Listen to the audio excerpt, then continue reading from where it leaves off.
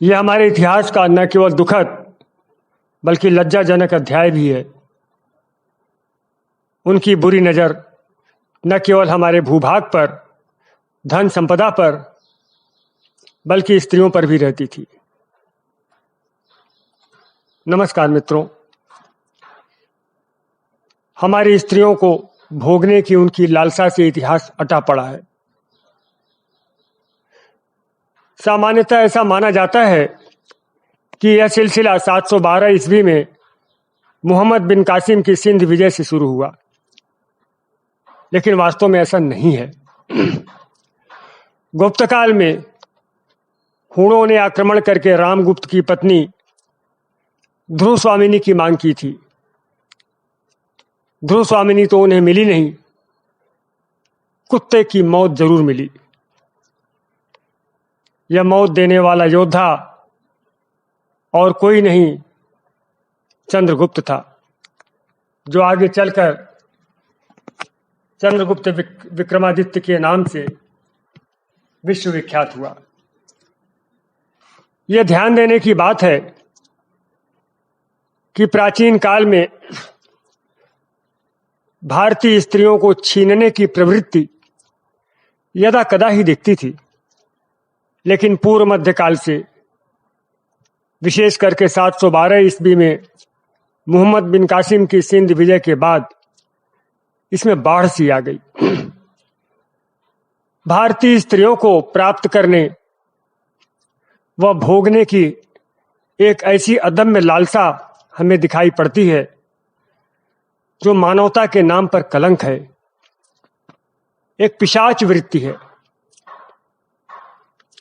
कुमारी हो या ब्याहता, कोई फर्क नहीं पड़ता था। पसंद आ गई तो चाहिए, यह प्रवृत्ति देखने को मिलती है।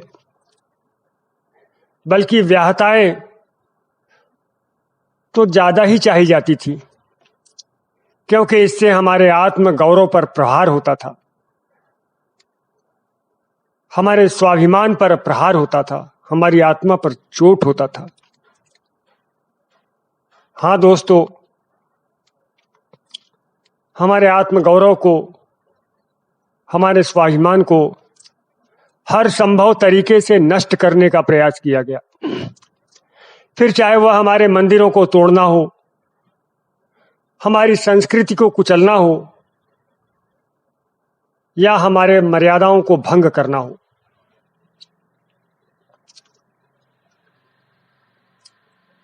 हमारी स्त्रियों को लूटना इसी का एक भाग था। अलाउद्दीन खिलजी द्वारा माता पद्मिनी को हस्तगत करने का प्रयास सभी लोग जानते हैं, लेकिन नहीं जानते कि और कितनी कुलवधुएं उसके द्वारा लूटी गई, अपने हरम का अंश बनाई गई, भोगी गई, कुचली गई। तथा कथित अकबर महान के काल की भी एक घटना आपको सुनाते हैं। चरित्र का नाम है राय प्रवीण, जो राजा इंद्रजीत की विधिवत ब्याहता तो नहीं थी, लेकिन ब्याहता से कम भी नहीं थी। कहानी मध्य प्रदेश में बेतवा के पावन तट पर बसे ओरछा राज्य की है। अकबर के काल में यहां बुंदेला राजा मधुकर शाह का शासन था। मधुकर शाह के 8 पुत्रों की जानकारी मिलती है, जिनमें से 3 राम सिंह, वीर सिंह और इंद्रजीत सिंह के नाम विशेष रूप से मिलते हैं। तीनों की अलग अलग जागीरें थी। इनमें से इंद्रजीत की जागीर कछुआ में थी। मधुकर शाह की मृत्यु के बाद उनके ज्येष्ठ पुत्र राम सिंह राम शाह के नाम से गद्दी पर बैठे, लेकिन साधु प्रवृत्ति के होने के कारण उनका मन राजकाज में न लगा और उन्होंने कछुआ के जागीरदार मतलब कि अपने छोटे भाई इंद्रजीत को बुलाकर उन्हें गद्दी पर बिठा दिया बात उन दिनों की है जब इंद्रजीत राजा नहीं बने थे। वे कछुआ के जागीरदार मात्र थे। एक बार वे अपनी जागीर का हाल जानने के लिए भ्रमण पर निकले। इसी क्रम में वे बरधुआ पहुंचे। रात्रि विश्राम की बेला थी। इंद्रजीत के कानों में किसी किशोरी की मधुर धुन सुनाई पड़ी। किशोरी अत्यंत सुरीले सुरीले सुरीले सुरीले स्वर में कोई गीत गा रही थी। उस गीत में और उस किशोरी के कंठ में, उसके स्वर में कुछ ऐसा खिंचाव था कि राजा इंद्रजीत मंत्रमुग्ध हो गए। राजा न कहें, जागीरदार कहें, मंत्रमुग्ध हो गए। सुबह हरकारा भेजकर पता किए कि इतना मधुर गीत कौन गा रहा था। तो पता चला कि ये लुहार की बेटी पुनिया है, जो काम करते हुए गुनगुना रही थी, गीत गा रही थी। इंद्रजीत सिंह को वह कंठ इतना भा गया, वह संगीत इतना उन्हें खींचने लगा कि वे बार बार बरधुआ आने लगे। इस संबंध में उन्होंने राजकवि केशव से भी बात की और उस बालिका का गायन सुनने के लिए कछुआ में एक संगीत समारोह आयोजित किया गया। इसमें पुनिया का गायन भी रखा गया। वास्तव में यह तामझाम तो पुनिया को ही सुनने के लिए था, लेकिन इंद्रजीत चाहते थे कि आयोजन कुछ इस तरह से किया जाए कि किसी को आभास न हो कि इसका वास्तविक प्रयोजन क्या है। पुनिया आई और जो उसने गाना शुरू किया, तो उस गाने को सुनकर, उसकी मिठास को सुनकर बड़े बड़े सिद्ध गायक भी आश्चर्य में पड़ गए। समारोह की समाप्ति पर इंद्रजीत सिंह ने भगवान को चढ़ाई जाने वाली माला को पुनिया के गले में डाल दिया और उसके आंचल में मिठाई का दोना रख दिया। गांव की भोली भाली पुनिया ने इस माला को ही वरमाल मान लिया और स्वयं को इंद्रजीत की पत्नी। लेकिन पुनिया के संकल्प से इंद्रजीत पूरी तरह से अनभिज्ञ थे। वे राव रानी यानी अपनी पत्नी से अत्यधिक प्रेम करते थे और उसी में मगन थे। पुनिया को इस नजर से वे नहीं देखे थे। ऊपर से पुनिया आयु में भी छोटी थी। इंद्रजीत तो उसके मधुर कंठ के अनुरागी थे। उसे प्रेयसी के रूप में पाने की कल्पना भी उनके मन में नहीं थी। उधर पुनिया जब कछुआ से गांव वापस गई तो उसकी बदली हुई मनस्थिति का आभास उसके घर वालों को हो गया। वे लोग उसके ब्याह के लिए रिश्ता ढूंढने लगे, क्योंकि जानते थे कि राजघराने में तो उसका विवाह होने से रहा। लेकिन भारतीय संस्कारों में पली बढ़ी पुनिया ने कहीं और विवाह करने से इनकार कर दिया। आखिर यह चर्चा धीरे धीरे बाहर फैलने लगी और फैलते फैलते अंततः इंद्रजीत के कानों में भी पहुंच गई। पहले तो उन्होंने पुनिया को समझाने का प्रयास किया, लेकिन जब वह नहीं मानी तो पूरे सम्मान के साथ उसे ओरछा ले आए और बिना किसी को बताए उसके साथ गंधर्व विवाह कर लिए। उसके लिए एक महल बनवा दिए और उसमें पुनिया रहने लगी। यह महल आज भी ओरछा में विद्यमान है, जिसका नाम है राय प्रवीर महल। ओरछा में बहुत कम लोग इस संबंध के बारे में जानते थे। बहुत ही गुप्त था यह प्रेम, यह संबंध। यहां तक कि रनिवास में भी इसकी कोई खबर नहीं थी।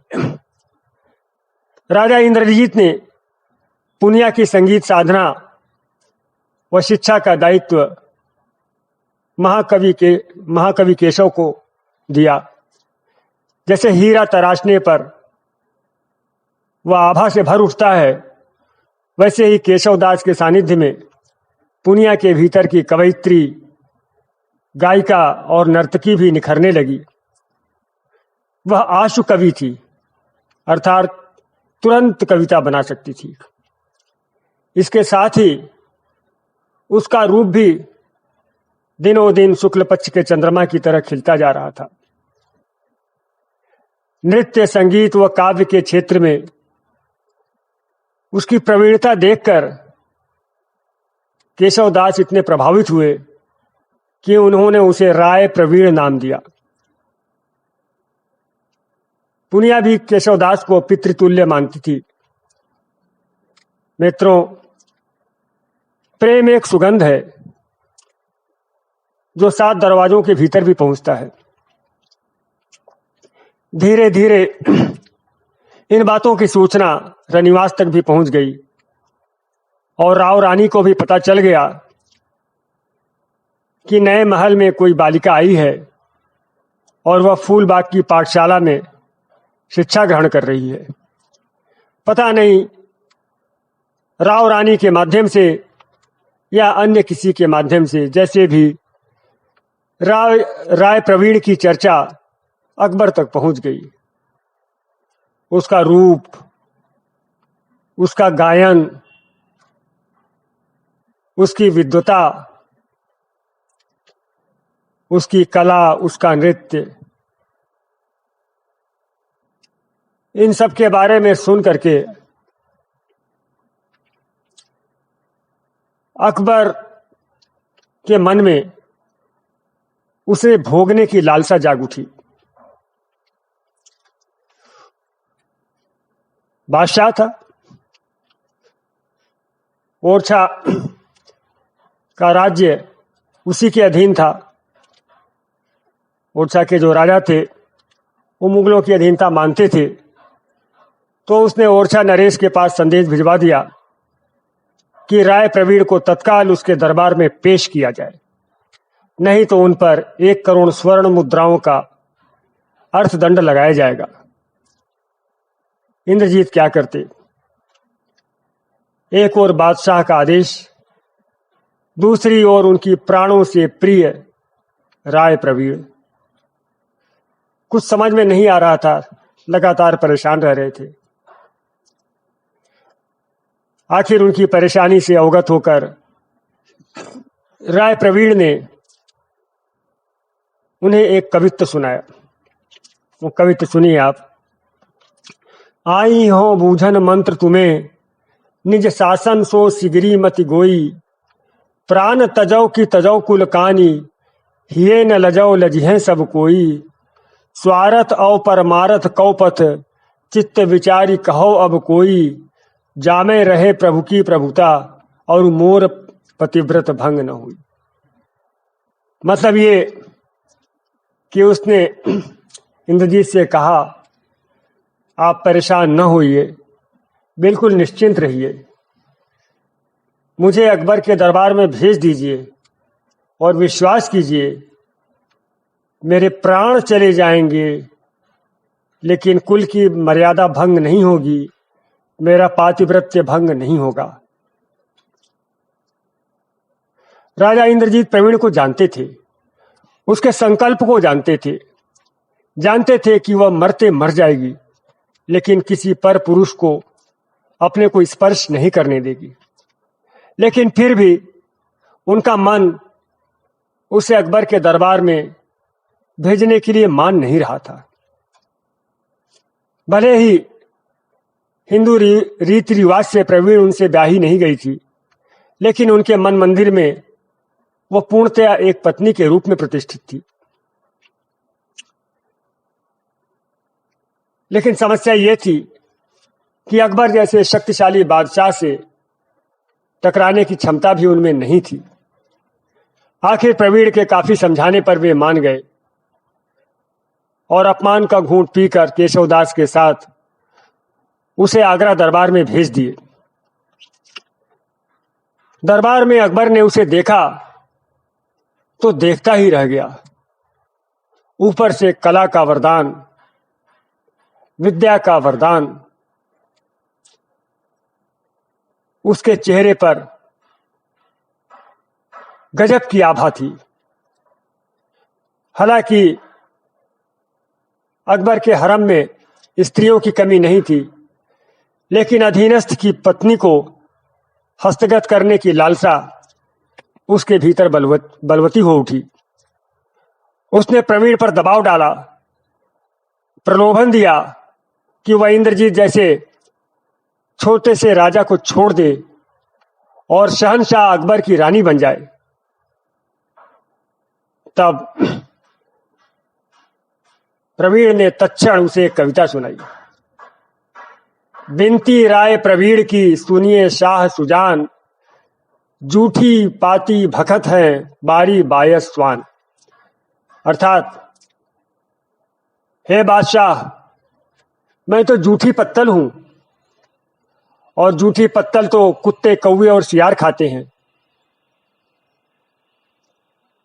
इतना सुनना था कि भरी दरबार में अकबर शर्म से पानी पानी हो गया। उसे सिर न उठाते बना। 2 लाइन की कविता के द्वारा प्रवीण ने उसे इस तरह परास्त कर दिया कि बड़े बड़े योद्धा भी ऐसा न कर सके।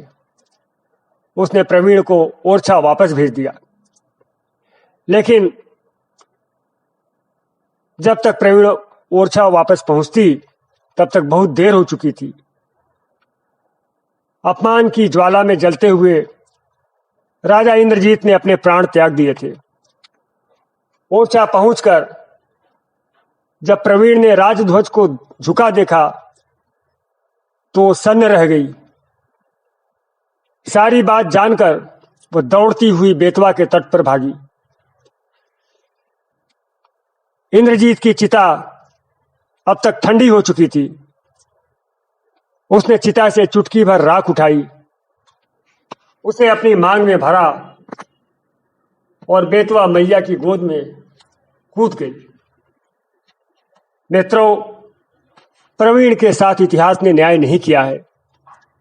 एक तो उस पर लिखा कम गया है, दूसरे उसे अधिकतर राजनर्तकी सिद्ध करने का प्रयास किया गया है, जबकि बाद के शोध में यह प्रमाणित हुआ है कि वह राजनर्तकी तो कभी थी ही नहीं। इंद्रजीत की भार्या थी, वह उसकी हृदयेश्वरी थी, उसकी पत्नी थी। लेकिन राजनर्तकी वाली कहानी संभवतः अकबर के चरित्र को बचाने के लिए गढ़ी गई है।